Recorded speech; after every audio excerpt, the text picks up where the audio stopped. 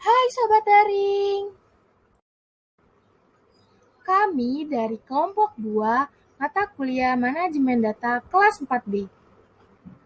Kelompok kami terdiri dari Tasbihatul Husna, Farha Sukmadewi, Farisa Fitriani, Indi Isnaini, dan juga Ratu Wafiana Diarta. Pada kesempatan kali ini, kelompok kami akan membahas tentang transformasi data dengan SPSS bagian kedua. Terdapat 3 sub pokok bahasan yang akan kami bahas dalam video kali ini. Yang pertama, membuat variabel baru dengan syarat atau kondisi. Yang kedua, memilih sebagian data. Dan yang ketiga, menggabungkan file data. Langsung aja kita mulai ke video pembahasannya yuk. Subbab pertama yang akan kami bahas adalah membuat variabel baru dengan syarat atau kondisi. Sebelumnya teman-teman, masih ingatkah teman-teman apa itu transformasi data? Jika tidak, maka saya akan menjelaskan kembali secara singkat apa itu transformasi data. Jadi, transformasi data adalah suatu proses dalam merubah bentuk data. Misalnya, merubah bentuk data numerik menjadi data kategorik, atau merubah dari beberapa variabel yang sudah ada dibuat menjadi suatu variabel komposit yang baru. Beberapa perintah yang sering digunakan dalam SPSS adalah record dan compute. Lalu selanjutnya kita akan membuat variabel baru dengan kondisi, yaitu dengan perintah if, di mana biasanya dalam pembuatan variabel itu dihasilkan dari kondisi variabel yang sudah ada. Nah, di sini kita akan membuat variabel baru, yaitu variabel resiko, yang dimana isinya itu adalah resiko terkena hipertensi dan tidak beresiko terkena hipertensi, di mana kita menggunakan yaitu variabel umur, variabel Sixtol, dan variabel IMT. Untuk membuat variabel baru dengan kondisi, itu ada 2 langkah. Untuk langkah pertama, yaitu membuat variabel RIS-nya yang isinya semuanya 0. Nah, cara membuatnya, yang pertama kita klik transform, lalu compute variabel. Setelah itu akan muncul bagan seperti ini, dan di dalam target variabel ini kita tulis variabel resiko. Nah, karena tadi kita membuat 0 semuanya, jadi dalam numeric expression-nya ini kita ketik angka 0, lalu setelahnya kita klik OK.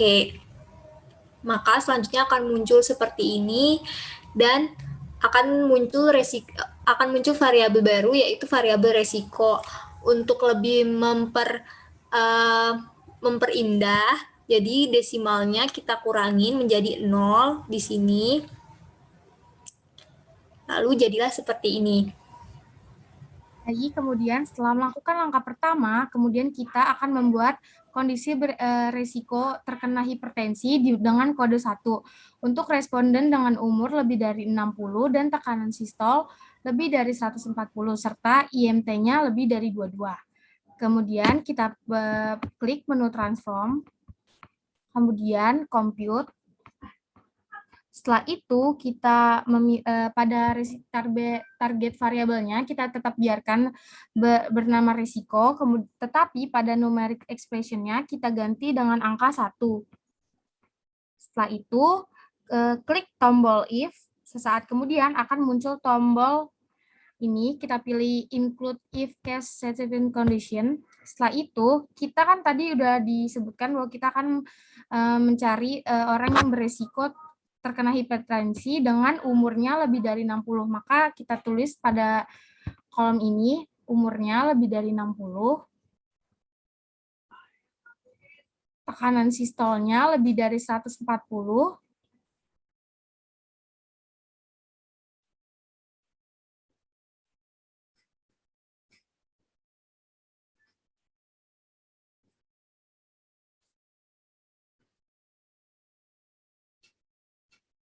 Tekanan sistolnya lebih dari 140. Kemudian yang terakhir IMT-nya lebih dari 22. Kemudian kita klik continue. Setelah itu kita klik OK. Nah, maka akan muncul pesan sebagai berikut. Nah, kita klik OK lagi nih.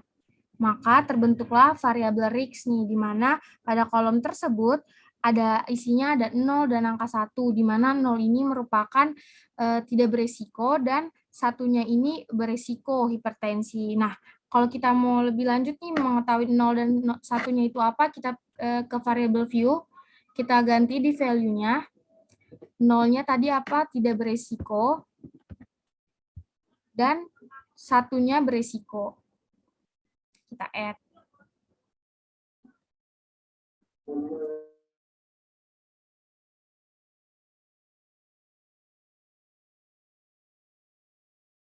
Maka akan terlihat, nah di sini, beresiko dan tidak beresiko. Subbab kedua yang akan dibahas adalah memilih sebagian data atau subset.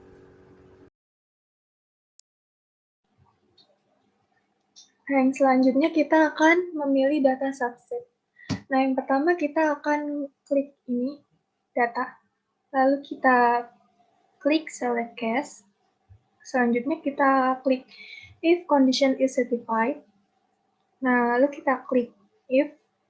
Setelah itu kita klik hipertensi, lalu kita add, lalu kita ketik sama dengan 0.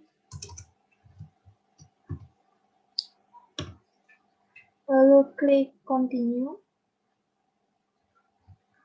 Lalu kita pilih filter out on select case. Kenapa dipilih itu? Karena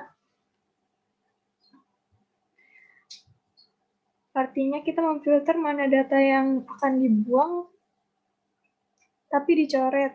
Nah, nanti yang dicoret itu angka 1, 2, 3-nya. Data yang dicoret itu dikeluarkan tapi tidak dihapus. Lalu kita klik OK. Nah, di sini berarti ada nomor yang dicoret, artinya itu berarti datanya tidak akurat. Subbab terakhir yang akan kami bahas dalam materi kali ini adalah menggabung file atau merge. Selanjutnya, subbab terakhir yaitu membahas tentang menggabungkan file atau merge. Nah, merge file merupakan menggabungkan beberapa file dokumen SPSS yang dilakukan dengan penggabungan kolom-kolom variabel. Nah, teknik penggabungan file ini ada dua cara, yaitu teknik yang pertama yaitu add case atau add responden, yaitu menggabungkan file yang mempunyai variabel yang sama namun kasusnya atau respondennya itu berbeda. Nah, sebagai contoh nanti pada saat saya mempraktikkan yaitu saya akan menggabungkan file latihan mandat 1 dengan file latihan mandat 1 lanjutan. Yang kedua yaitu ada add variables, yaitu menggabungkan file yang mempunyai kasus yang sama namun variabelnya itu berbeda. Sebagai contoh pada saat saya mempraktikannya, yaitu saya menggabungkan file latihan mandat 2 dengan file latihan mandat 2 lanjutan. Nah, berikut ini saya akan mempraktikkan bagaimana cara menggabungkan file di SPSS.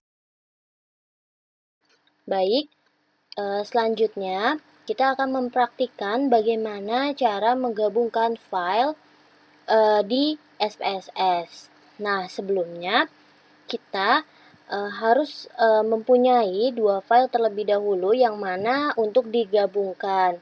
Nah, pada saat ini saya akan mempraktikkan penggabungan file pada dua file, di mana saya akan menggabungkan kasus atau responden pada file tersebut.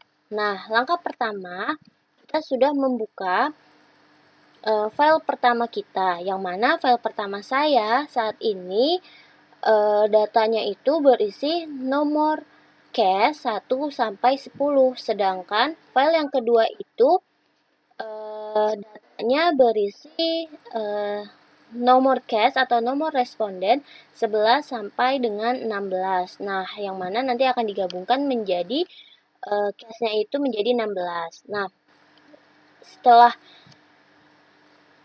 dibuka filenya, kemudian kita klik data. setelah itu kita klik merge file. Nah, berhubung kita akan menggabungkan case atau responden, maka kita klik add case. Kemudian kita klik lagi an external SPSS statistic data file. Kemudian kita browse. Kemudian kita pilih file yang kedua kita. Di sini saya memberi nama latihan mandat 1 lanjutan. Kita klik open. Selanjutnya kita continue. Nah, setelah muncul kotak seperti ini yang mana isinya nomor responden, usia, didik, kerja, kemudian kita klik OK. Nah, berikut ini adalah hasil penggabungan dari kedua file yang sudah kita miliki. Nah, di sini terlihat bahwa nomor responden atau jumlah kasus atau jumlah respondennya itu berjumlah 16. Dan setelah selesai kita menggabungkan file, jangan lupa untuk di save as supaya datanya itu tidak hilang. Selanjutnya saya akan mempraktikkan bagaimana menggabungkan variabel pada kedua file. Nah, seperti sebelumnya, kita harus mempunyai terlebih dahulu file yang akan kita gabungkan. Nah, kemudian membuka file yang pertama. Setelah terbuka file yang pertama, kita klik data. Selanjutnya kita pilih yang merge files. Nah, berhubung saya akan menggabungkan variabel, maka klik yang add variables. Kemudian klik yang an external SPSS statistic data file. Selanjutnya browse. Kemudian pilih file yang kedua, di mana file yang kedua saya beri nama latihan mandat 2 lanjutan. Kemudian open, selanjutnya continue. Nah, setelah seperti ini, kita klik OK. Nah, berikut ini adalah hasil dari penggabungan variabel pada kedua file, yang mana ada nomor responden, usia, didik, kerja, kelamin, berat badan, dan tinggi badan.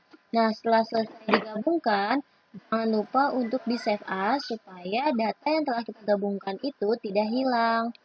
Terima kasih.